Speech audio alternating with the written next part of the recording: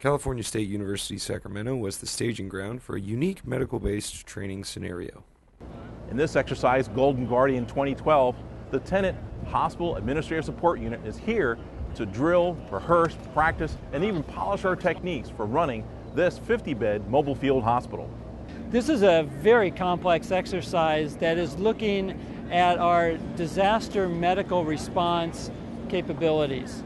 And what we're doing is bringing together physical assets, personnel assets, to see how we provide medical care in the field following a major disaster. We have had a fantastic week.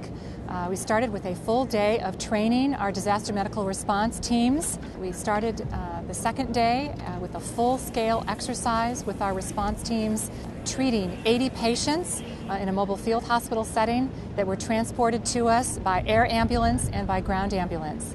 And we were able to test our response plans and know with certainty that we are able to treat at least 80 patients within a 5-hour time frame. This facility, from the time of authorization to dispatch, is set up as about 72 hours. Once it is set up, it could be in place for a month, 2 months, even a year. The entire facility, the mission support team that takes care of it, has enough supplies and access to contracts and materials to keep this operational until hospitals can be rebuilt and that first-line medical care is available again to support the communities. The hospital is the center, but it requires a huge number of partners. This is not something that EMSA, or the Emergency Medical Services Authority, can do on our own.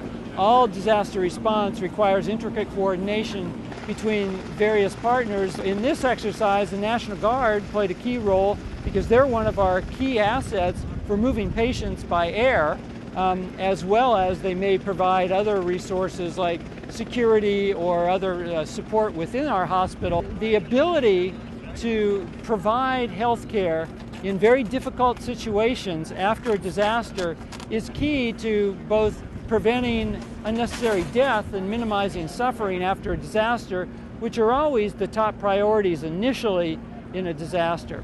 Citizens of California can know that we have a robust disaster medical response capability that is multi-tiered, involves almost 18,000 disaster healthcare volunteers, as well as other response teams, mobile medical assets that are ready to deploy in time of disaster in an instant when we're needed.